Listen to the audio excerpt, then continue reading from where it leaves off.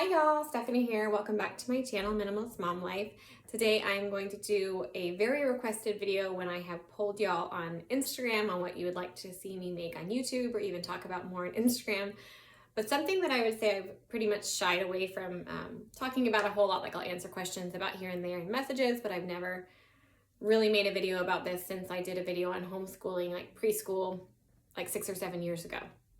And that is what curriculum we use and how we homeschool, kind of from a minimalist, simplified mindset. So I am a second generation homeschooler, and I would say my approach to homeschooling, I know there's like the categories of unschoolers or really traditional, and then there's a whole spectrum in between. And I'm probably a little bit eclectic, but I do really like routine and I do like curriculum. And we do go by a schedule, and we're in California. We have to have 180 days. I do have to keep track of that, and we do 180 days of actual curriculum days, and of course there's field trips and homeschool group days and stuff like that sprinkled in. I am not a curriculum switcher, so I try my best to find something that I think works and that is quality, and then if I need to add to it, I do. I have 4 kids that I homeschool. So we're at the end of the school year. It's May. We actually have 1 week left of school. On the day that I'm filming this, we have 1 week left. And I have a 4th grader, 2 3rd graders, and a 1st grader, and then a 3-year-old who we do some preschool stuff with.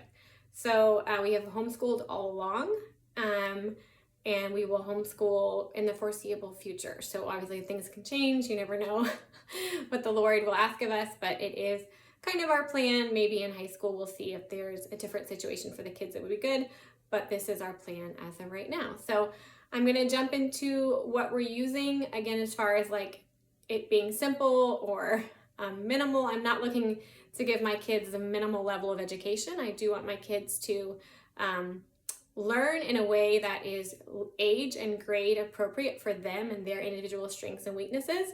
And I do want to prepare my children to be able to go to college and to thrive if that's the environment that they choose to pursue later on. So I think that we're to do all things with excellence unto the Lord to glorify Him. So I don't take homeschooling as something to do lightly. I feel like it's a huge undertaking, and it's something that you should pray about. And then I'm doing it, so trying to do it well, not saying that I do, and it does require a lot of patience, and I don't have that, so it is definitely a daily prayer to the Lord to give me the patience, the strength, and the wisdom to homeschool my kids and to meet their needs as I'm doing that.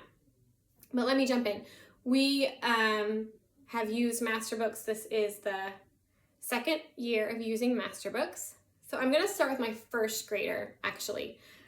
So with all of my kids, when I have started school, we have done all about reading to learn how to read. So she is in all about reading level 2. She did just finish level 1. We did not do the pre-reading level with her. I did it with my oldest, and then after that figured out that for us that wasn't necessary. The kids were ready to start at level 1, either in kindergarten or 1st grade. She started level 1 at the beginning of 1st grade because we did try out Masterbooks Language Arts, and I didn't like it at all.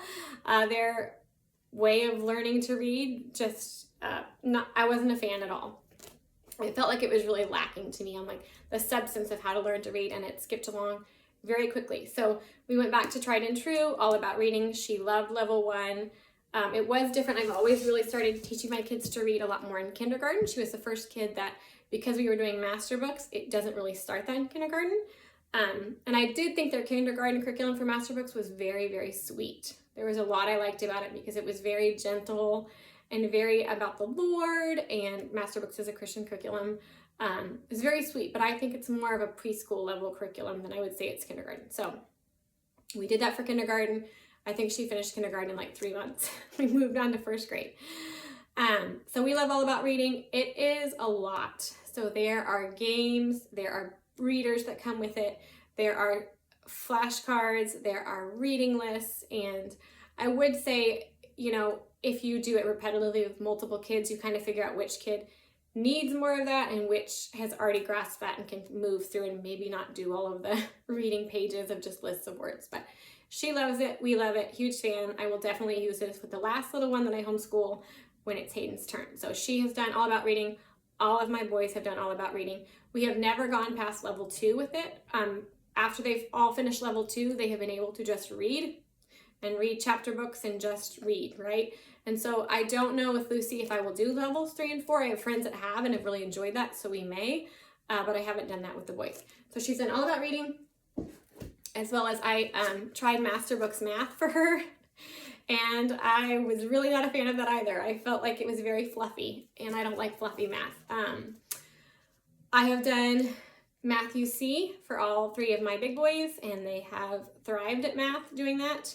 So when I just was noticing with Lucy, my only girl and my 4th kid, my 1st grader, that she wasn't seeming to grasp the concepts, even though she's very bright. I was like, I think this just has too much fluff, too much distraction in it, and she just needs the repetition and the understanding of math concepts. So again, went back to my tried and true of Math UC with her, and she has done so well in this. And so she finishes this book. I think she has 3 days left. I've already bought beta. The way I've done it with my boys is after 3 levels of Math UC, they switch over to teaching textbooks for math. So that's what they're doing. Spoiler alert, they're all in teaching textbooks, and we love that as well.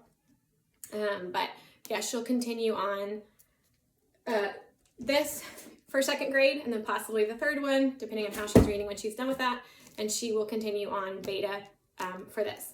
Then what I don't have in front of me, because the kids all completed it, so it's already out of the house, is all of my kids have done Explode the Code.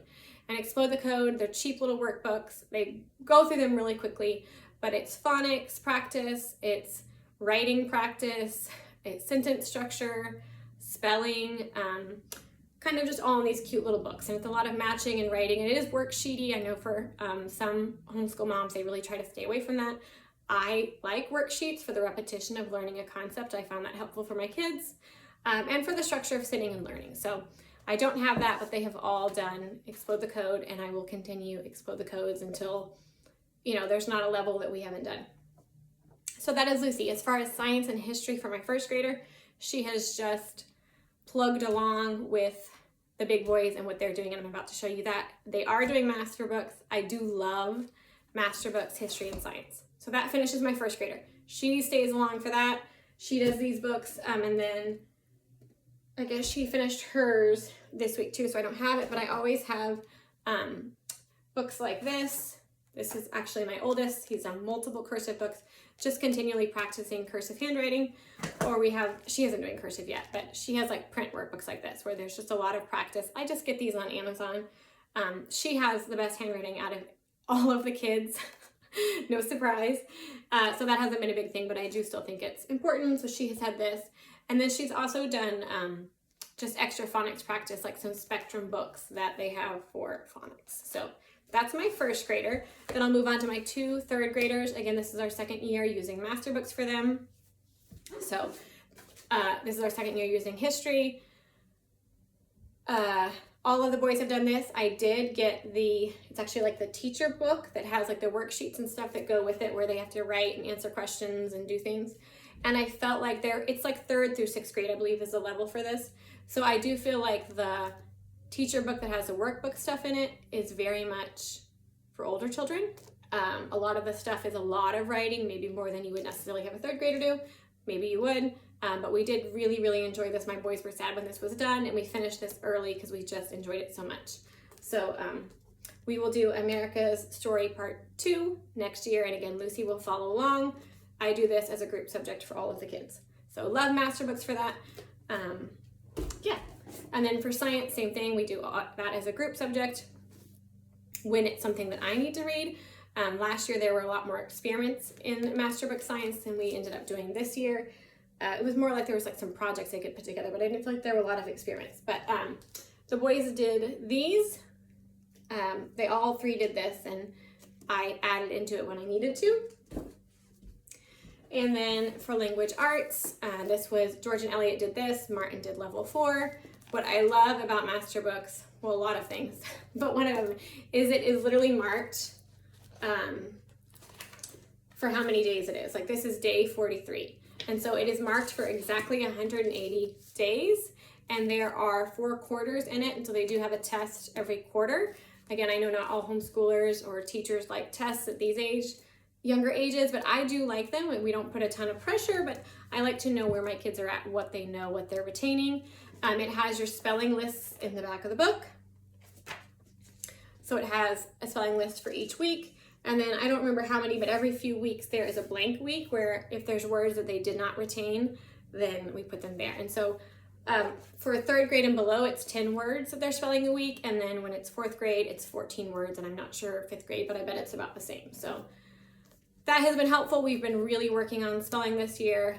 So I think that's important. And that's been fun. And even, learning how to study is a part of school, right? You don't just read something and know it. So I think spelling is a great way for kids to practice how to study for a test and how to get something to where they have memorized it and they know it. So we will use master books again. They will go into book 4, each get a book 4, because these are once you use them, they're done. But George and Elliot will go into book 4 and Martin will go into book 5. So we have enjoyed master books. I said that we always have print and cursive books for practicing. I do quiet reading for the boys. Obviously with Lucy, she's still learning how to read, so it's a lot of listening to her read and then having her go do 10 minutes of quiet reading herself a day. And then George and Elliot have to read quietly for 25 minutes and Martin has to read quietly for 35 minutes every day as a part of the school day. And they do teaching textbooks for math. I already shared that, and we have loved that. Martin is a year ahead in that, and so are George and Elliot, and that has been great. So that is our homeschool in a nutshell. The boys also have a Bible reading plan that Jason has made for all of the kids at our church, and so they follow that along, and then we do devotional at night at dinner time at the dinner table. And I think that is all, and I feel like I'm probably going to be like, all right, this video is done. I'm like, well, I didn't talk about that for homeschooling. But yeah, that is our year. We will take a summer break. During summer break, I still have the kids do their quiet reading and their Bible time, and then I will have them do some math scattered throughout there because I don't want them to forget a whole bunch of stuff, and I do think structure is important and enjoyable for kids. And what was the one other thing I wanted to say? 180 days. Oh, with master books, the one thing I want to touch on with the language arts, and I mentioned this on Instagram, is I add to this. So I do love it. One of the things overarching with master books, it's Christian, it's lovely, the gospel's in there, they memorize Bible verses, I love all of that. I don't think that it is as, it's not light as in like they're not getting enough. I think if you did just this, you would be fine if that was a year that you needed to just have something super simple, super user-friendly, it's super open and go for the kids. It explains, homonyms and homophones to where they can understand it without you necessarily having to get, a whiteboard out and explain things. So it's wonderful for that. Like, it's super great. I think if you're a mom with a lot of kids who needs to not have to sit there for every single subject and go through every nitty-gritty detail, it's wonderful. I personally like to add to their language arts to make some of the concepts a little bit just more rooted in their brains, I guess. So I do use Teachers Pay Teachers, and then print things from there for they have so many fun printables on there. Like one of the ones that I purchased was like 25 Mad Libs, where they write out an adjective and noun, a plural noun, adjective, adverb, whatever, and then they're given the paper and then you fill it in and it makes a story, and it's hilarious because you had no idea what that story was about, but you came up with all of these words. So I use it for stuff like that, and like printables on prefixes and suffixes and root words and just things that I feel like it can be helpful to have additional practice on those concepts. So they do those as well. I just have that in a little folder, print them off, and they just have to do a page of that a day, and then I check it and we're good. So that is our homeschool. Tell me what you use and what you love, what your plans are for this next year, and I will talk to y'all again soon.